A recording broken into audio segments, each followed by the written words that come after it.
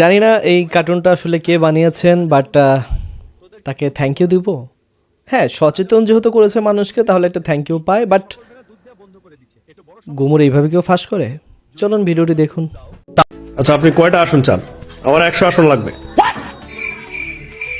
খালি 100 আসন না, সাথে প্রধানমন্ত্রী পদটাও লাগবে, একদম লিখিত দিতে হবে। আপনারা আগেই কইছিলাম এই মালটারে দলে নেন না, 1 নম্বরের পটি বাস। না, প্রধানমন্ত্রী তো পরের কথা, 30টা আসনের বেশি দেওয়া সম্ভব না। থাকলাম না আপনার জোটে, আমি একা 300 আসন নির্বাচন করবো। তুই এক কাম কর, মহিলা আসন সহ 400 আসন নির্বাচন করে একদম জাতিসংঘের মহাসচিব হয়ে যা। 400 না হুজুর, ওই যদি 3টা আসন জিতে দেখাতে পারে, আমি আর এই দেশেই থাকবো না, ইন্ডিয়া চলে যাবো।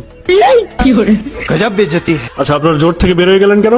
জামাতে ইসলাম শরীয়ত বিরোধী দল, এরা ইসলাম থেকে বিচ্ছিন্ন, এরা সব কাফের।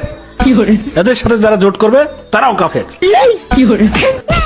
চুপ কর ভণ্ড কোথাকার। যুগে যুগে আলেম ওলামারা যতবার একত্রিত হওয়ার চেষ্টা করেছে, ততবার তোরা পিছন থেকে ছুরি মেরেছিস। এখন আসন না পেয়ে কাফের আর শরীয়ত বিরোধী ফতোয়া দেওয়া শুরু করেছিস। সুটিয়ে লাল করে দেবো, নোংরামি বার করে দেবো।